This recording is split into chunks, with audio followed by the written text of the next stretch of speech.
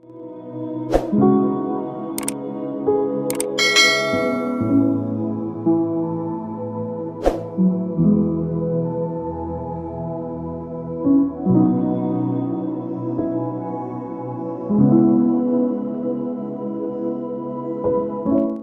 kitabu cha Samueli wa kwanza, 1 Samuel chapter number 17 from verse 8 to 10. Tuangalie jinsi David na Goliath hawa watu waliangaliana. How did David win this battle? Did he use energy? Did he use education? Did he use the muscles? Was he able? Was he?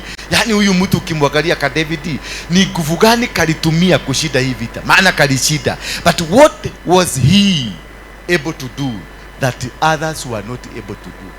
Because hata wakati mabrother zake waliambiwa this man atika Daudi kanaenda kupigana na this man, they pulled him na akamwambia wewe kilimo geke tunaona ni keke, uone huyo ni nani? Kajamaa bado kanaenda tu kanasema I'm going to do the battle. But because these people, how they were seeing Goliath, this is not the same how this man David was seeing Goliath. 1 Samuel chapter 17 verse 8, please. Then we shall be looking at how to handle these battles. If you are able to handle it right the way I'm going to teach today, if you are able to handle, then you will discover many challenges that do not require a pastor. Many problems you are facing never required an apostle. Many challenges you are facing never required even you to even imagine they are there, because they were not existing. It was a small atmosphere that was created because many of us are failing in our duties, are failing in our families, are failing in our businesses because uliona jagadi ilipita. Naye akasimama akawapigia kelele majeshi wa Israeli, akawaambia, mbona mumetoka kupanga vita? Je, mimi si Mfilisti na nyinyi si watumishi wa Sauli?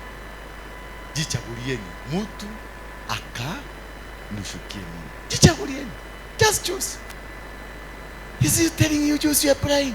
Sababu si mimi ni Mfilisti na nyinyi ni askari wa nani? Wa Sauli. Kwani are we not one? They are not understanding that the battle is one. Is only how is being done is different. Bwana Yesu asifiwe sana. Huyu amefaa, ukiangalia hii nguo pole nikuguze. Ukiangalia hii nguo ina match na nini? Na hii hapa chini, si ndio? Na ina match na nini? Is this not a suit? Na huyu mzee amevaa nini? Na hii? Sasa mtasema kulikuwa na mama mmoja alikuwa amevaa dress na mzee mmoja alikuwa amevaa nini? Suit. But these are suits. Because they are matching. Bwana Yesu asifiwe. But because you are not able to understand, to know that how to differentiate or how to make things work, that is why we have problems. Anamuuliza kama akiweza kupigana na mimi nani na kuniua, sisi tutakuwa watumwa wenu. Ati mkiweza kutupiga, sione mtu anakuhusia uoga. Yeye ni uoga. Sasa ameanza kuuza ni njia ya kukwambia mzee, wacha kucheza na sisi tutakuwa watumwa wenu, nami nikimshida na kumuua, nanyi mtakuwa nini? Watumwa wetu na kututumikia. Wewe imagine ni Goliath lako iroko, ukitumikia Goliath sasa, si una withdraw battle unaachana na hiyo battle, lakini the battle was not even there. This man is already scared because the confrontation ya kwanza ile ya kwenda hivi, Goliath alistuka. Ndio kwa maana akasema, kani sisi amuniagi mimi ni Mfilisti ama nyinyi ni watu wa Sauli? Why are you doing this to me? Why? Because already tension kameingia ndani yake. Already ameanza kuogopa. Ile statement alianza kufanya, it is a defense statement. Maana ameona ameshindwa. Yule Mfilisti akasema, naye yatukana leo majeshi ya Israeli, nipeni mtu tupigane. Unaona sasa, aliuza uoga. Lakini sasa kama watu wengine walianza kubabaika, ati anadi kurua nao, anaenda kupigana nani? Na nani? Yani kamutoi kai nu. Usho muramenya nu. Kai ni muramenya nu. Lakini ni uoga tu aliuza. Alisema nikiwashida mtakuwa watumishi wangu, mkinishida nitawatumikia. Lakini kile kimutu kinasema hivyo ni kimutu kinaogopwa. Utakosida gani? Utaona automatically this man is going to fight us. But ni psychology yako amesoma, amejua to fight you, to destroy you, first lazima kuintimidate. And many of us are facing those challenges. Intimidated. We are intimidated by situation. You have been told go write a CV, kuja utafute kazi. Sasa umeandika ka CV ni kazuri, lakini ukuingia tu kwa kuingia tu because you don't know how to handle yourself in an interview. I'm sorry. Detention. I'm sorry. Who will employ such a person? You have already failed. Bwana Yesu asifiwe sana. You are because somebody told you. Because kile kimseo ulikuta kinafanyisa interview, kiko na madevu imefika pale na jicho ingine na ni ya bagi na chang'aa alikula usiku. Sasa wanafikiria hivyo ni ma interviewers wanakuaga. Kumbe ni kimutu kimelala kwa baa, kina tension, macho ni red kwa sababu hajarara. Na kwa sababu lazima angekuja afanyisha interview. Anakuangalia, how are you? Na ni mgurumo hapa, iko imechomwa na chang'aa. Sasa inatoa base nyingine, unaanza kutetemeka. Pako unaanza kusaka hivi. I'm sorry.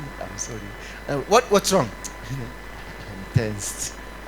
You have failed the test completely. And even the man who was failed had failed before you, but you didn't know. Alifanikiwa kutumia gimmicks za kukusuppress. Sasa ukastuka. Hivi ndivyo basi Sauli na Israeli wote waliposikia maneno hayo ya Mfilisti huyu, wakafadhaika na kuogopa sana. Una imagine Sauli ni Ruto, ako na KDF, ako na nini na GSU, ako na AP, ako na intelligence, ako na records code, zote ziko. Ni Sauli. Sauli alikuwa mfalme. Ni mfalme mgani hana jeshi? Lakini ni kimutu kimoja. Kinasema, mkinishida nitawatumikia. Hiyo ni confidence. How to choose to know how to do your battle. Have confidence. Bwana Yesu asifiwe sana. Bring the confidence first before you do anything. Jijaze wewe hodi ataketole. Jaza kabisa, jaza. Unajua kule unaenda. Kama Esther akasema I'm going to get here. Hapo ndani nitaingia. If I die, I will die. Alikuwa anajua, lakini alikuwa anajua ako na Mungu mkubwa. But because she must make a statement that is scarce. Because in your mouth, the Bible says, in your mouth, in your tongue there is power. Bwana Yesu asifiwe sana. In what? In your tongue there is what? There is power. Whatever you say will come to be. If you say I'm going to be successful, you will. If you say I'm going to fail, you will. If you say this I cannot be able to do it, you will. That is why I'm seeing failures here because of your tongue. Si eti kwa sababu ile kitu inakusumbua ni kitu kubwa, nika kitu kadogo tu, nika kitu ni jagadi tu ilipita, ama kegonya bara na uligeto kasimama kwa rudhiko na kegonya bara kika connect na wewe kikapada hapa. Sasa kikipada hivi mtu akuja akifanya namna gani hivi, unasema namna gani? Nilirogwa esho nani ulatosha mani na shosho nemenyire no gutukana na mutino kegonya bara kima mami kima. Bwana Yesu asifiwe sana. Akamwambia basi Daudi alikuwa mwana wa yule Mwefrati wa Bethlehem ya Yuda aliyeitwa jina lake Yese. Angalia, unaona confidence. Ameanzia na the success story. Hakuanzia na the failure story. Alikuwa ni mwana wa nani? Yese. Alikuwa Mwefrati, Bethlehem wa Yuda. Judah, it is the family, the clan ambayo ilikuwa declared by Jacob. Nyinyi mtakuwa washindi. Alianza na the story, successful story. Alianza kutaja kile kilitajwa ya kwamba hapa kutakuwa kukitoka mfalme. Na mfalme yote kawe mkubwa awe mtoto, ushindi na kwa kabadi yake. Whether you like it or not, ushindi ni yake. Maana there is a supporting word. There is a supporting word from a person who has an anointing, a superior than you. When I say God bless you, it is enough to open gates for you. When I say God bless you, it's enough to go wherever and win every battle.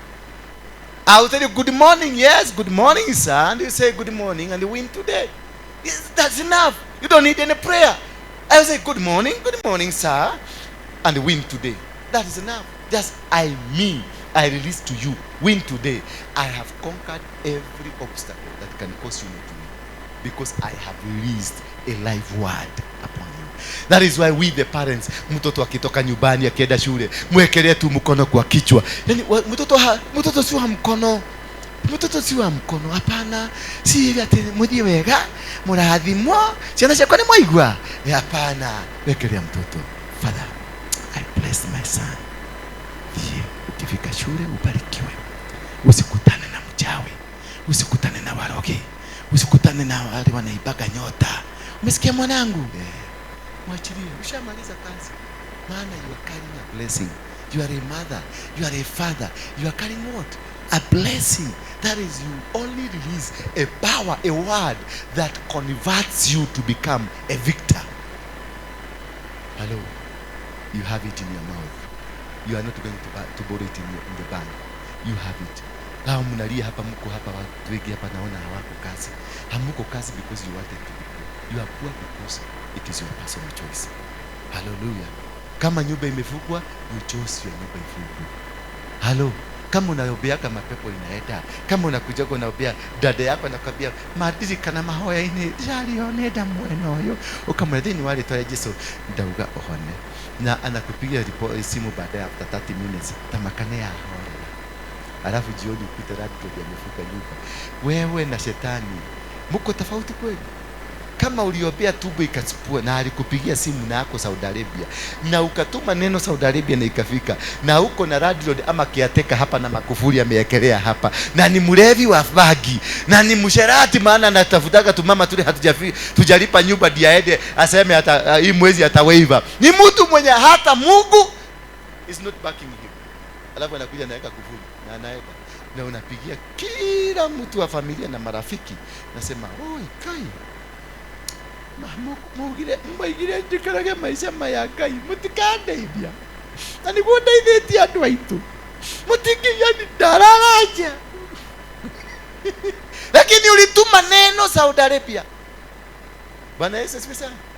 So you find you are able to say this, but failure to say this, failure to understand the connection of God, because all what we need to do, it is to have that connection. The power that is in your mouth, you remove it from your mouth, you transform it, unaitani inakuwa spirit. Ikitoka spirit inakuja kufanya nini? Unaituma, alafu ikifika mahali inaenda inafanyika word, inafanya kazi. It's like Safaricom. You are using a gadget of Samsung, na kupigia inatoka kwa Samsung, maneno inakuwa hewa, inatembelea hapa kwa hewa mpaka inaenda Moro, inakuta mama yangu akiwa Moro na tunaongea na yeye. Ikifika kwa mama yangu inakuwa sauti, lakini ikiwa hapa kwa hewa ilikuwa nini? A spirit. That is how you win battles. Change your word. Every word you speak, turn them to be a spirit. And you cannot turn every word to be a spirit if yourself you are not a spirit. Bwana Yesu asifiwe sana. You must realize yourself, the capacity, the power you have, the magnitude that you have. It is not the body, hiyo mwili yako kubwa ama hako kama mwili yako ka 1 GB. Hapana, what is inside you matters. It is not the body that matters. What is inside you, it is what you need to carry towards the battlefield, not you, the body that you need to carry to battlefield. Maana utatukwa shida. So if you put the spirit in whatever you are doing, you remove the body, you remove your knowledge, you remove whatever that they call you, the name they give you, and you go inside to the words that makes you what you are, then you will win battles easily. Bwana Yesu, you don't even need to sleep. You don't even need to argue. You don't even need to pray, because you prayed in the morning. Wakati uliamka uliomba. Na hiyo ndio naambiaga, saa 9 haikuagi maombi ya kupigana na maadui. Saa 9 ukiamka ni maombi ya kuambia Mungu, command my day. Simple is that. Hata usiombe mambo mengi, apia God, command my day. Na wakati Yesu alikuja akaambiwa Lazaro amekufa, si wale watu wote walikuwa katika hali ya maombolezi. Huyu mother alikuja akamwambia Yesu, kama ukikuwa hapa like 4 days, huyu mtu hatakufa. For them they believe the man is dead. But Jesus kept asking them, mumemweka wapi? Because it is you. wewe mtu ndio mnaweka mtu, ndio you made a decision, the man is dead. But Jesus the Spirit alikuwa anajua the man is not dead, because he told the disciples, this man is sleeping for the glory of who? Of God. So he knew, the Spirit ilimzungumzia akiwa huko kwa kishaki kwao akikuja. When he was coming, he knew, I'm coming to just accomplish, to connect the spirit ya huyu na huyu iamuke. For them they came, they were asking, wakamwambia, if you are here 3 days ago, 4 days ago, huyu mtu hakekufa, huyu mtu hatoke musika. But the question aliwauliza, mumeweka wapi? Kwa hivyo whatever that is before you, ni watu wamekuweka. Ndio hiyo uoga uko nayo, hiyo ugonjwa uko nayo, hiyo matatizo uko nayo, ni watu walisema na wewe you bought the idea. Angalia Goliath venye anawaambia, kama mwenye atawezana na mimi, kujeni mleteni, lakini ukinishida nitakutumikia, na ujue nikikushida. Na you imagine kimudu kiliko kugira kwa alibu. Yani una imagine, who is this talking to me? Ukinishida utanitumikia. Hiyo anafanya Mungu na anakuangalia na macho, an intimidating eye. And that is how we have lost games. We have been intimidated, we have been frustrated, we have been pulled down, not because there is a force there, but because they know how to use their word against you. Bwana Yesu asifiwe sana. Basi Daudi alikuwa mwana wa yule Mwefrati wa Bethlehem ya Yuda, aliyeitwa jina la Yese. Naye huyo alikuwa mwana wa 8, na yeye mwenyewe alikuwa mzee siku za Sauli na mkongwe miongoni mwa watu. Nataka ushike statement ine hapo zimitatu. Kwanza, alikuwa Mwefrati, aka-identify the origin, the source of your power. Alikuwa Mwefrati wa Bethlehem. Bethlehem, nani alizaliwa huko? Yeah? Jesus was born where? In Bethlehem. So the place kule umetoka, it has a cloud of what is going, how you are going to win battles. Kule umetoka, there is a power behind ambayo inasababishaga ushinde. Ndio unaonaga ukiotoka, hata ukienda unaenda unaaguka. Kuna watu wanatokaga, unajua that family must fail. Where? Because kule wametoka. Si ati hawajasoma, unasikia watu family mzima iko na degree, lakini kule wametoka kuna kuwaga na mkosi ya fail. So hata wakitoka wanaendaga hawana confidence, hawana backup. Hawana nini? Backup ya authority ya Mungu. Maana huko Bethlehem ndio Yesu alizaliwa, kumaanisha that was where the land that God has chosen, where my son. Na ukikumbuka wakati wa Isaia aliprophesy, there shall be born a son who will be the mighty one, whose wings zitakuwa zikifanya nini? Zikikava watu. So there was a word, a prophetic word propelling the place. So if you are not propelled by that prophetic word, by that authority that controls and catapults you into positions of control, then your place of origin will cause you to suffer. Bethlehem ya Yuda. Yuda is another name that it has a power behind whatever you are doing. Yuda. Maana Yuda ndiye alitabiriwa nini? Na Jacobo. Akaambiwa, in you kings will be produced. So he is coming from a line of kings, meaning a king is never defeated. A prophetically laid up king is never defeated. So there is a backup. What is your backup? Look at yourself. Look at your background. What is your backup? What kind of a backup? Kwenu ni kwa wagaga, shosho alikuwa muganga, guka alikuwa mchawi, na sasa uko hapa kanisa. You expect really to win a battle? Na bado kwenu kuna angoa na chijaga busi, kuna angoa na chijaga makuku, kuna angoa naendaga kwa waganga. And then you come here, you say, in the mighty name of Jesus, I conquer destroy. Ramakatetetereboso. Baka unaona akifanya nini? Si roho inampeleka hivyo, ni mapepo yako inamuinua juu. Maana kule kwao bado ng'ombe zinachinjwa, bado mabuzi zinachinjwa ili kurevisit. Wengine wameenda kwa hawa watu wa Gomi. Mumeenda kwa Gomi, mumemwaga pombe, mumeita shosho, mumeita guka, mumeita nani, mumezungumza na wao, mumewaambia sasa tuambie maneno ya kesho venye itakuwa. And that is what happened when Saul went to that witch doctor. Akaambia huyo mama muganga, niitie spirit ya nani? Ya Samueli. Ndio aniambia maneno venye iko. Mama alikubali tu kwa sababu aliona huyu ni mfalme na nisipofanya hivi ataniua. Akaenda akaita Samueli. They have the capacity to summon. Samuel akakuja. Samuel alipokuja akaongea na Saul, akaambia Saul, unanitia nini? Akamuelezea, akamwambia, why did you disturb me? Na kwa sababu umenisubua. Nisiku kabla alimpatia?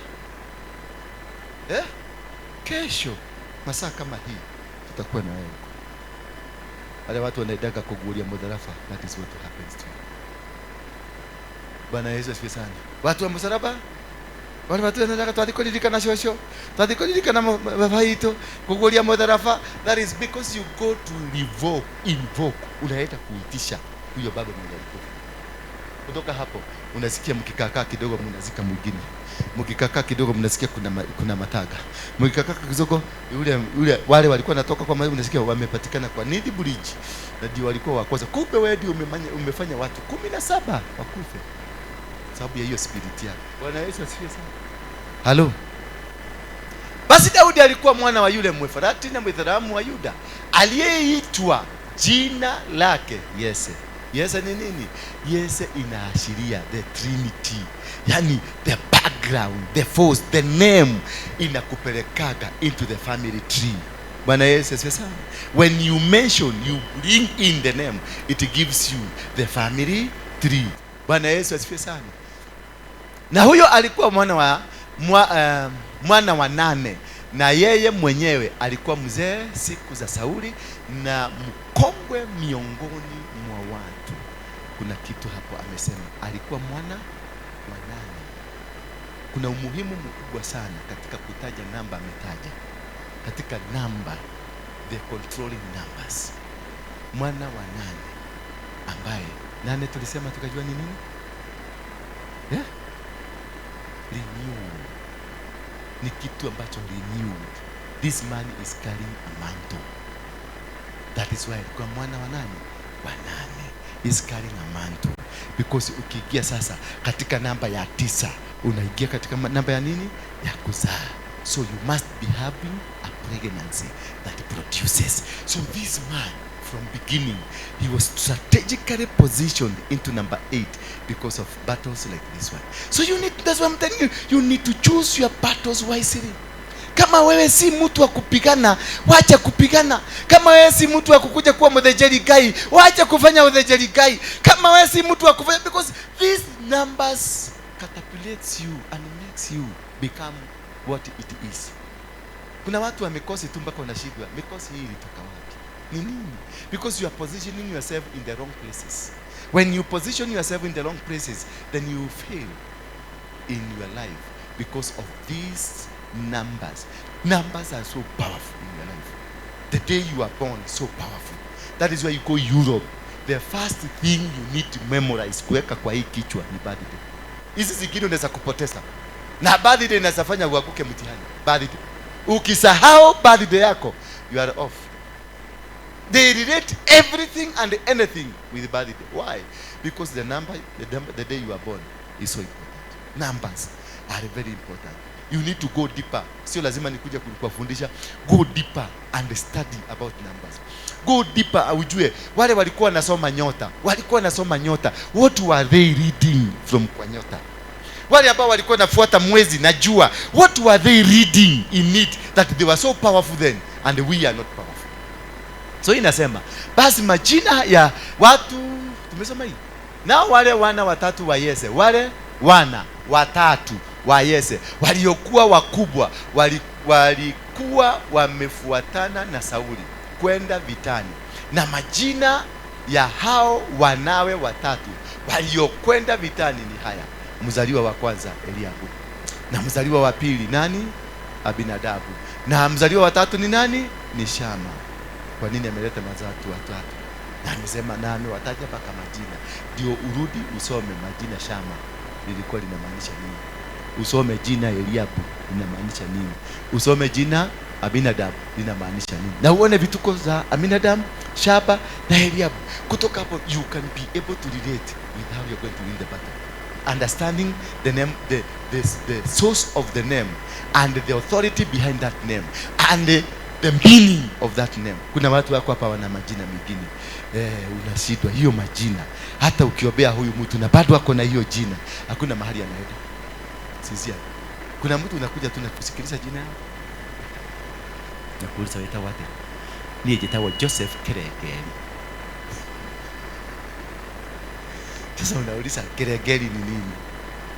Bwana Yesu, Keregeri ni nini kwa Wakikuyu? Keregeri ni nini? Names have impact. Names have powers. Names have so much. Naming is very important in your life. What is your name? Jiulize tu jina yako. Uone kama ina connection na ile matatizo uko nayo. So names have power. Have power. Bwana Yesu asifiwe sana. So you need to go and understand. The only way to karaoke. Karaoke ilikuja kwa nini? Who is this that was resurrected? In Kikuyu jina karaoke inamaanisha kwa hivyo kuna mtu katika familia alikufa. So this name is carrying death. It is a death. It is a name given to you because there was death. Joki ni wa kurudishwa. Alirudishwa kutoka wapi? Bwana Yesu asifiwe sana. So ukiona mtu anaitwa Joki ujue huyu ni mtu si original. This is fake. The original one is not here. Alienda wapi? Ni nini ilibeba Joki? Sababu hakuwa anaitwa Joki, alikuwa anaitwa Rege, Wajiro, alikuwa anaitwa Wajiko, lakini akakufa. Akati alikufa, ni nini ilimuua? Ni kansa. Ukiangalia sana Joki hata huyu ataenda na nini? Na kitu kama hii. So that's why we need every name given to you. Na hiyo sasa ndio msuku alikuja na kukuwekelea jina ingine ndio at least ajaribu kucancel ile maneno. Inaweza kuwa kama mimi naitwa Dora Waroike. Waroike means many. Vitu miki. Si mnaonaka ninakuwa na maneno miki. Nakuwa nilikuwa na mkeke miki, mambo miki nilikuwa nayo. Kwa sababu hiyo jina bado inanibeba. Dora ni mtu wa kuishi, mmenimpiga vita. Kuna vita hamjanipiga? Nimeenda jela mara ngapi? 52. Nimepigwa risasi mara 12. Nimehukumiwa kunyoko mara 2. Hakuna kitu hamjafanya. Lakini kwa sababu niko na jina inasema utaishi. Bwana Yesu asifiwe sana. Ninaishi. Sio kwa sababu najua kuomba, sio kwa sababu mama yangu ni mwokofu, lakini there is power that is guarding my name. In my name there is a force that controls me. Bwana, ukikutana na mtu anaitwa Mogo ni muganga. Bwana Yesu asifiwe sana.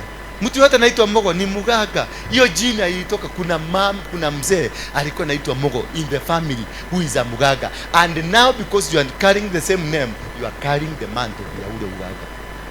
Ndio ukipata pastor ambaye anaitwa Mogo ni pastor, ugalie characteristics zake kwa madhabahu ni muganga mtupu, because I need to invoke a spirit.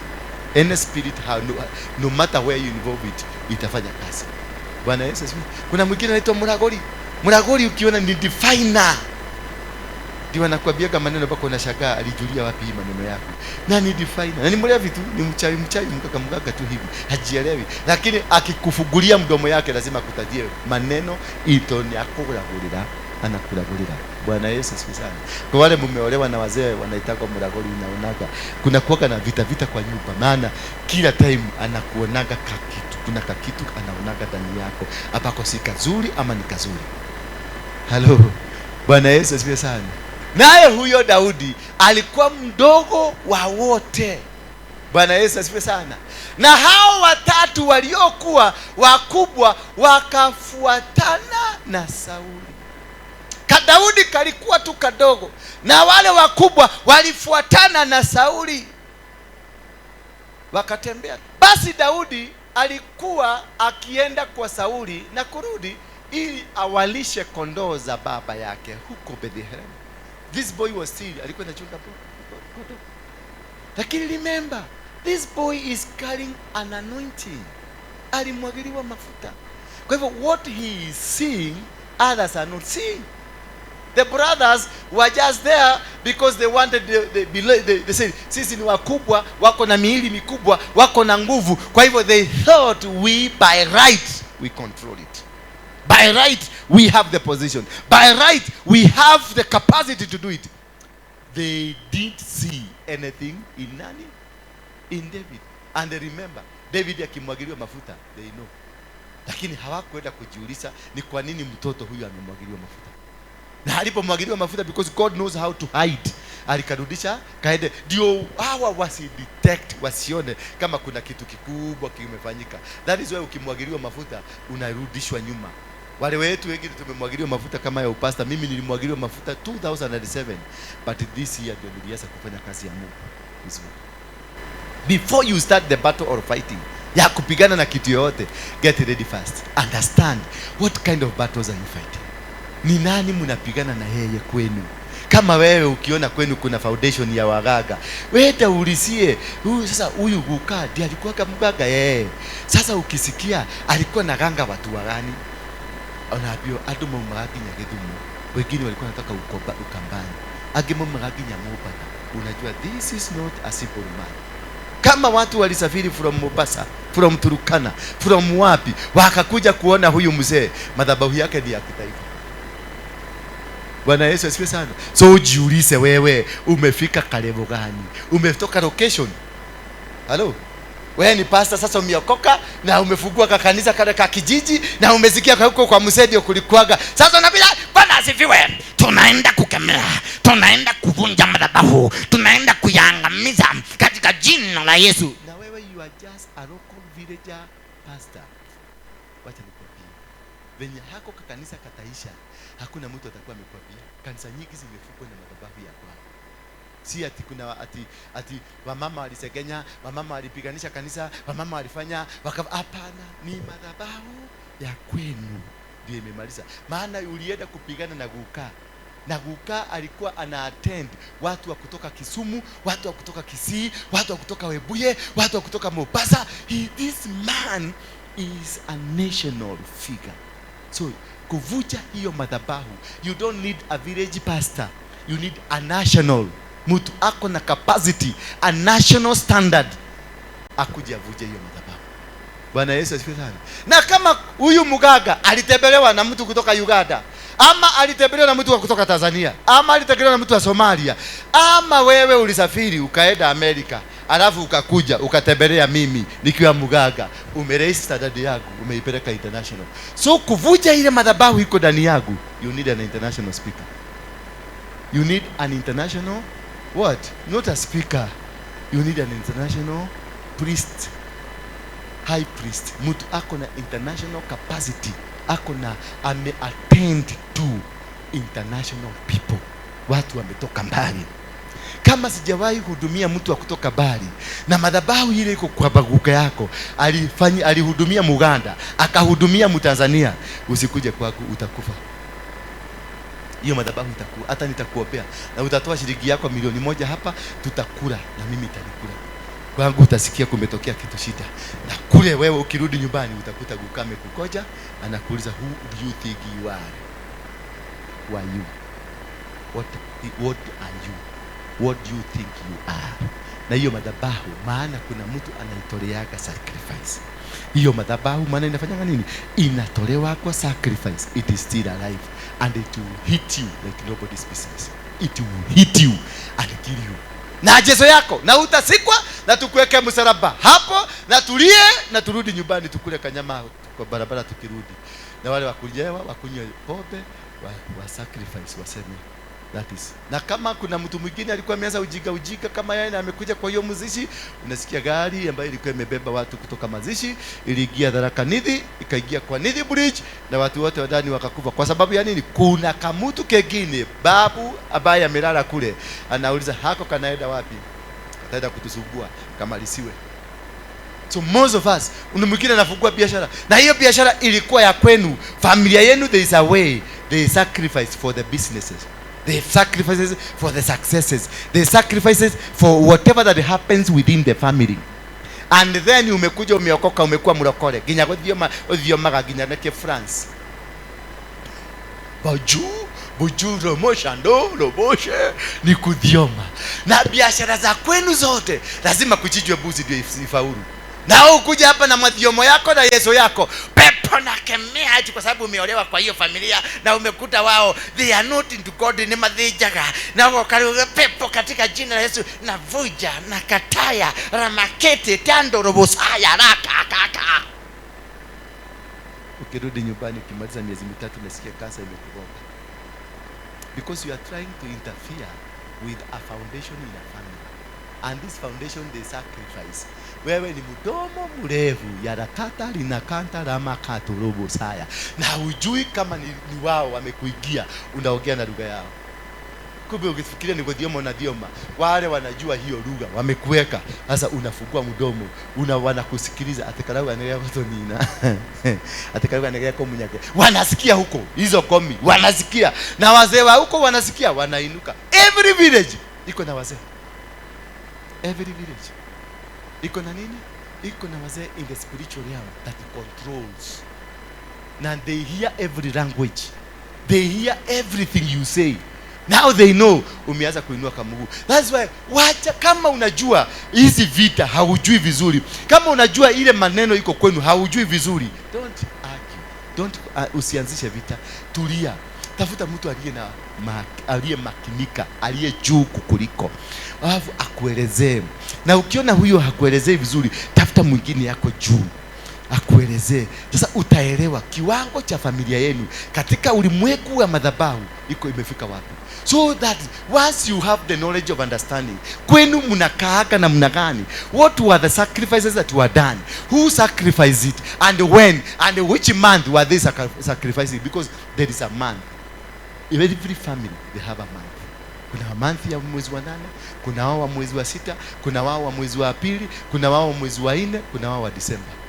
Na every sacrifices zilifanyika katika mwezi ambao unaweza kataniswa mara 2. Hata wachawi hawafanyagi sacrifices mwezi ambayo haiwezi kuwa divided mara 2. Wanafanyaga ile, wanafanya an impact in a life, wanafanyaga mwezi ambao you can split it to. Bwana Yesu asifiwe sana. So you need to monitor. Na unaangalia unakuta kwa nyugo kuwa kwa mwezi wa 8, twandikire guka mwezi wa 8, twandikire shosho mwezi wa 8, twandikire mwana waje wa my brother mwezi wa 8, twandikire kile mwezi wa 8. Unaona kuna pattern in the family wanafanya kazi. Sasa una understand huyo mwezi wa 8, between mwezi wa 8 wa 9 ama mwezi wa 7 wa 8, hapo kuna kitu ilikuwa inafanyika. Na ukiona mwezi wa 8 mwezi wa 4 ndio angua alianguka akavunjika mguu na ikamwaga damu mingi, na ndio mtoto wa nani wetu alifanya accident. Unakumbuka, unaona kuna accident, kuna umwagikaji wa damu katika mwezi fulani. That is the time walikuwa wanachinja mbuzi. Hiyo inakupatia information ni kwa madhe jakata kama yago itakayeko ndio ni kwa mishire kata chileti atakama. Bwana Yesu asifiwe sana. That is how to understand to do any battle. Battles are not done katika hii madhabahu ya ujika. Watu wanakuwa kata tunakemea kata in the spirit, kata in the spirit, unakata nini? Nikio unalega tu. Unaambia kata in the spirit. Na baba yako alikuwa mchawi, alikuwa anatembea na watu kutoka Zambia, alikuwa anaenda kikao cha waganga Zambia, alikuwa anaenda kikao cha waganga Malawi, Nigeria, alikuwa anaenda kikao cha waganga. Alafu ni chairman wa Amerika mzima, kumbe alikuwa treasurer wa kuweka pesa huko. Na wewe sile to pesa tukugiri vipitani toto ukakuvuja madhabahu. Acheni upuzi, ndio mweza kuacha upuzi ya madhabahu. Madhabahu sio kitu ya kucheza nayo. You don't pray about madhabahu. Understand first. And that is why madhabahu, uvujaji wa madhabahu, it is only reserved to the high priest. It is not reserved to every pastor. It is not a reserve of every archbishop or every bishop. It is a reserve of people called in the book of Hebrews 5, they are high priests. Kwa siku 40 yule Mfilisti alijitokeza na kusimama mbele asubuhi na jioni. Kwa siku ngapi? Musa alienda kwa maombi siku ngapi? Yesu alienda kwa maombi siku ngapi? Number 4 has a factor in winning battles. Number 4 is a controlling number when you are getting into the battles. Bwana Yesu, ndio tunafunga. Waislamu wanafunga siku ngapi? wa Catholic wanafunga siku ngapi? 40. Wakiwa katika maombi, and they control. Number 4, ina control anger. Bwana Yesu asifiwe sana. Katika ulimwengu wa kiroho, number 40, number 4 has a power behind winning a spiritual battle. Yesu wakati walikuja wakamtokelezea, Shetani akamwambia jiaguse, sikusema kama utajiagusa na malaika watakuinua. Akawaambia hapana, I cannot try my God. Musa naye alipotoka mlimani 40 nights, 40 days, he faced a challenge. Akalia mtu anaitwa nani? Paulo na Sila walipotoka 40 days and 40 nights ya maombi, walikutana na huyu mama. There is a challenge that comes. That is number 4. It is a number that puts you into a spiritual test. If you win that, you conquer the whole thing. Ndipo Yesu akamwambia Daudi mwanawe, haya sasa wapeleke ndugu zako efa ya bisi na mikate hii 10, ipeleke upesi kambini kwa ndugu zako. Haka kajamaa hakatumwi kaende kapigane vita, maana hakawezi vita. Kanatumwa kapelekea majamaa wenye wanaweza kupigana nini? Vita. Are you getting me? Madhabahu ambayo haikujui, haikutambui, hakuna siku itatambua uwezo wako. Maana Jesse ni baba huyu mtoto, na aliona mtoto akimwagiliwa mafuta, lakini mpaka sasa bado hajatambua nguvu ya huyu mtoto. Anatambua nguvu za watoto. Mpelekee kamanda wa kikosi. Alimwambia mpelekee kamanda wa kikosi chao jibini hizi 10. Jibini hizi 10. Akamwambia peleka kamanda. Na hajui kamanda ni nani? Hajui kamanda ni mtoto huyu. Hajui kamanda ni Daudi. Akamwambia chukua, nenda upigane vita. He never knew that this man called David has a special anointing. For you to be able to get into such battles and win such battles and control such battles, you need inside you a commanding power. But brothers za Daudi na watu wengine wote mpaka Sauli never had a commanding power. And this kind of people of David type, they don't pray, they just command, because they have the spirit of commanding. Atasema mvua isimame, inasimama. Atasema kutoka leo sitaki kusikia majensi, inasima. Because si maombi, it is that capacity to be able to command, na inatoka. Those people are not prophets. Those people are not pastors. Those people are see kwa hii mahesabu yote ate mutugateri. They are very special people with a very special power. Just the command. Ukikuja kwangu nikwambie ubarikiwe, wewe ondoka kule. I know I have it. That is where I was able to command Kenya mzima. Dhiru Mungiki na Mukati Mamukuti. Bwana Yesu asifiwe sana. That is where I'm able even to command anybody and everybody. Kuna mnakumbuka siku moja lile zikulia Raila alikuwa ameanza kuchoma huko akifanya mikakati, na wakasema ati vita vinapagiwa kwa kanyumba kamoja pale City Stadium. Mnakumbuka hiyo story? Walikuwa na nifaa kwa sababu tuliinua hii bendera tu na tukaapia bendera. Unajua hii bendera ni kwa wale ambao hawajui, hii bendera ni altar. This is an altar. Did you know that? This is what rules the country. This is what controls. This is what gives you identity. This is Kenya. Kenya is not the land you are seated on. This is Kenya. In the spiritual realm, hii ndio inajulikana. Si land yenu inajulikana. Hii bendera, the way it was designed. Bendera yoyote ya hiji ndio unaigiaga, mkibiaji akikibia lazima kupigwe wipo. Maana bendera hii iko mpaka na somo yake. Bwana Yesu asifiwe sana. So if you speak, Ruto akikuja hapa apata ni kupandisha, tunapandisha na uraisi yake na predicted yake, atashuka kwa gari asimame, attention. Kama inashuka atatoka kwa gari asimame. Hata Joe Biden wa Amerika akute bendera ya Kenya inapanda, atasimama. Why? This is an altar. Nguvu ya Kenya yote iko wapi? Hapa. Mamlaka ya Kenya yote iko wapi? Ukijisikilizana na hii, uende kule Uingereza, utafanya kazi na itakubali. Maana madhabahu ya Kenya itapigana huko na itafanya kazi. Maana hii damu ndio ilimwagwa na Maumau. Hii damu ndio ilimwagwa na Maumau. Hii ni nchi yako, hii ni amani. Huyu ni wewe. Sasa ukibeba bendera na command through the flag, uende Uingereza. Si tulipiga Uingereza kaenda, ukienda huko utafanya kazi na utafaulu. Lakini ukitoka hapa uende uweke kwa kitu yako bendera ya Uingereza, uweke vitu za huko za Amerika, bridge ya Amerika, kila kitu ni Amerika, there is nothing that is from your nation, utashindwa. Utafanya kazi because kule wazee wa huko wale waliinua madhabahu ya huko, bendera ya huko, walisema nchi yetu, chakula yetu, vitu zetu hazitavuka mpaka ziende kwa nchi nyingine, na kama zitaenda zitarudi zikiwa marudufu. Kenya hivyo hivyo, that is why we have a visa. Ukikuja ukipatiwa visa uingie Kenya hivi, kutoka hapo polisi wa Kenya anaweza kukushika because uko chini ya sheria za nchi. Na kama wewe ni Muganda, hautatulabia tu wakaka wanatembea uchi, utatembea na nguo Kenya kama watu ni wakutembea na nguo.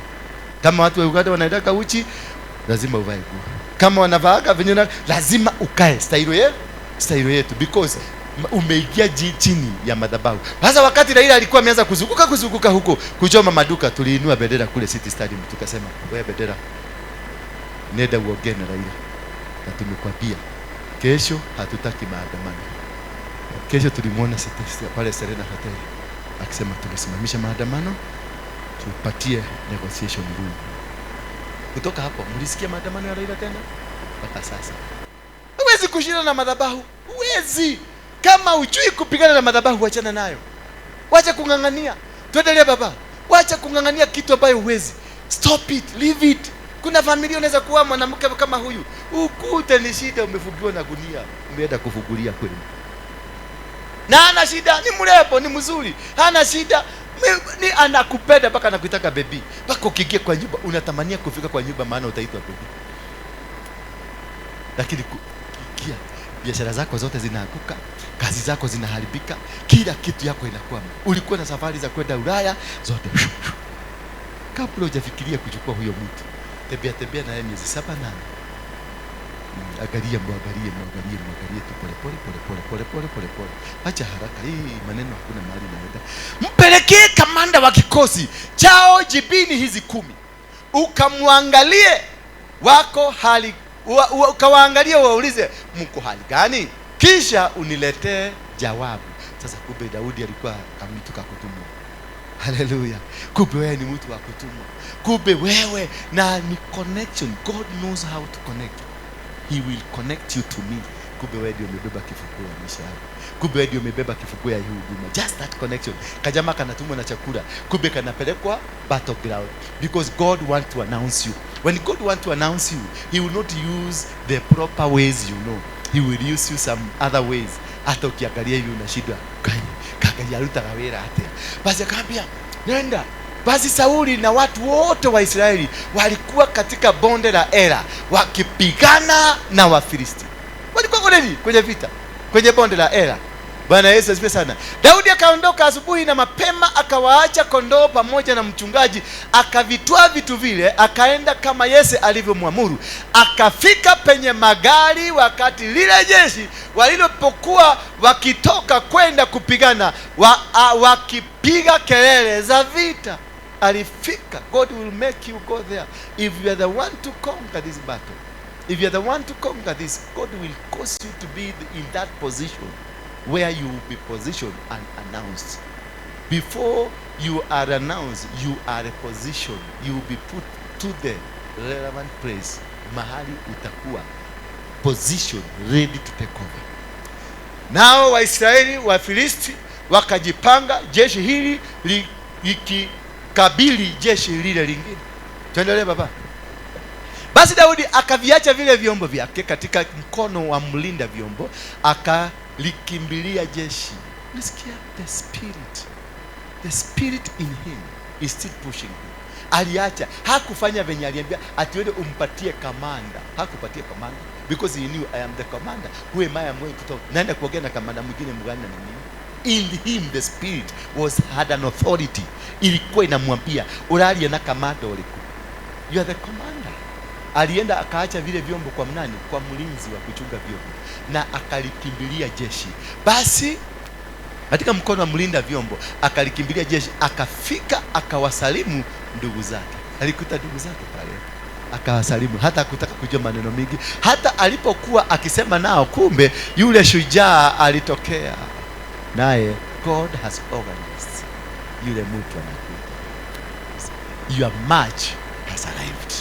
Hallelujah. Your match hangekuja until the time, the precision time when God wants to announce you. Things that are the composition of your announcement, they must be present. So Daudi alipofika, kumbe na yeye Goliath wanakuja, because it is time for Daudi. Tell your neighbor, this is my time, God is announcing me. Hata alipokuwa akisema nao, kumbe yule shujaa alitokea, yule Mfilisti wa Gathi, jina lake Goliath, akatoka katika jeshi la Wafilisti, akasema maneno yale yale, naye Daudi akayasikia. So before God wins your battle, you will have to hear what they had planned against you.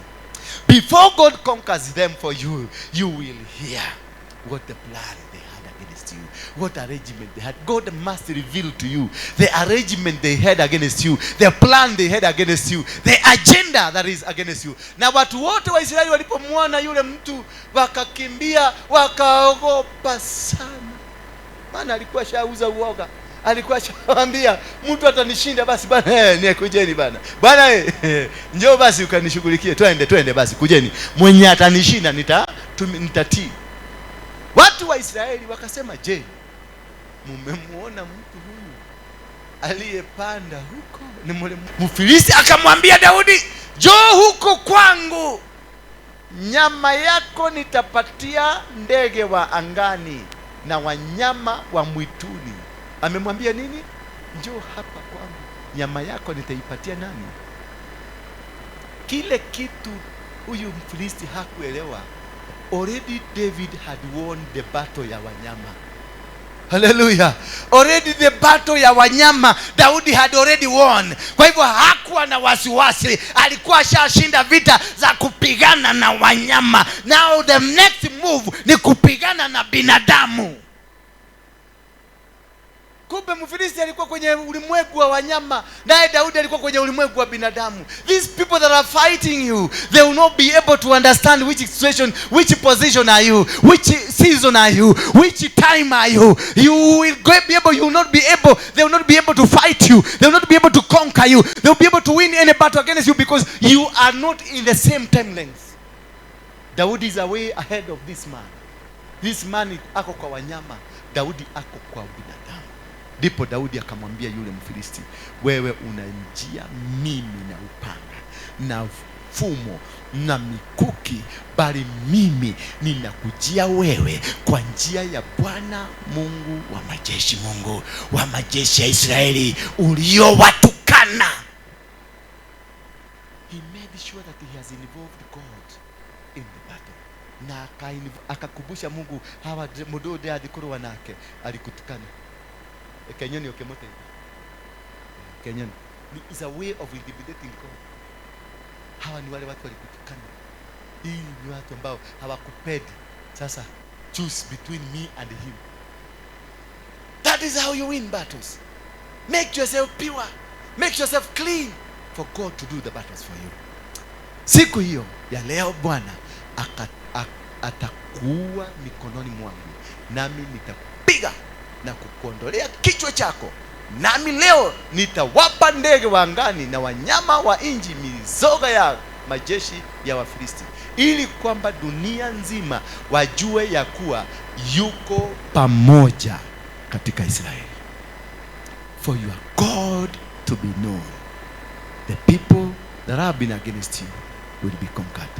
The people that have been fighting you, any spiritual power against you, any force of darkness, iwe ni waganga, ni wachawi, ni warogi, the people that have always condemned you, the people that have always fought you, they will be defeated in the eyes of God. Tusimame kwa miguu yetu.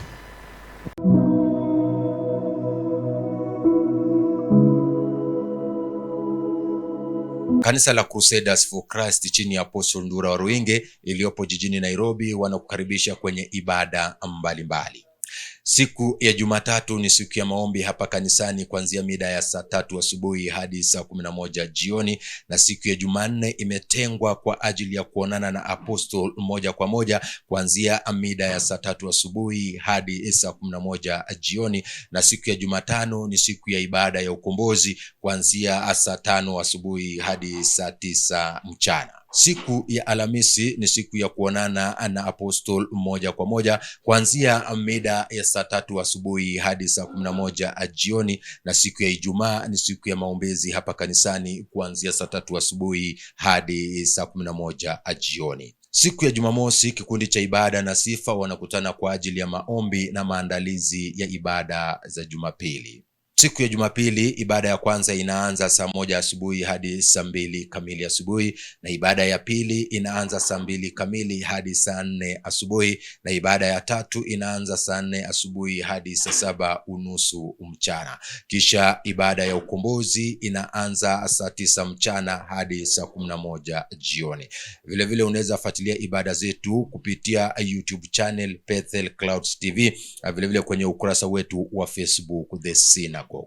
Kwa mawasiliano zaidi piga nambari ifuatayo 0722239555 au kwa lugha ya Kiingereza 0722239555. Kumbuka tunapatikana jijini Nairobi, Covey Plaza, Mezzanine Floor, mkabala na kituo cha mabasi cha Easy Coach, Haile Selassie Avenue. Mungu akubariki unapojiandaa kuabudu nasi.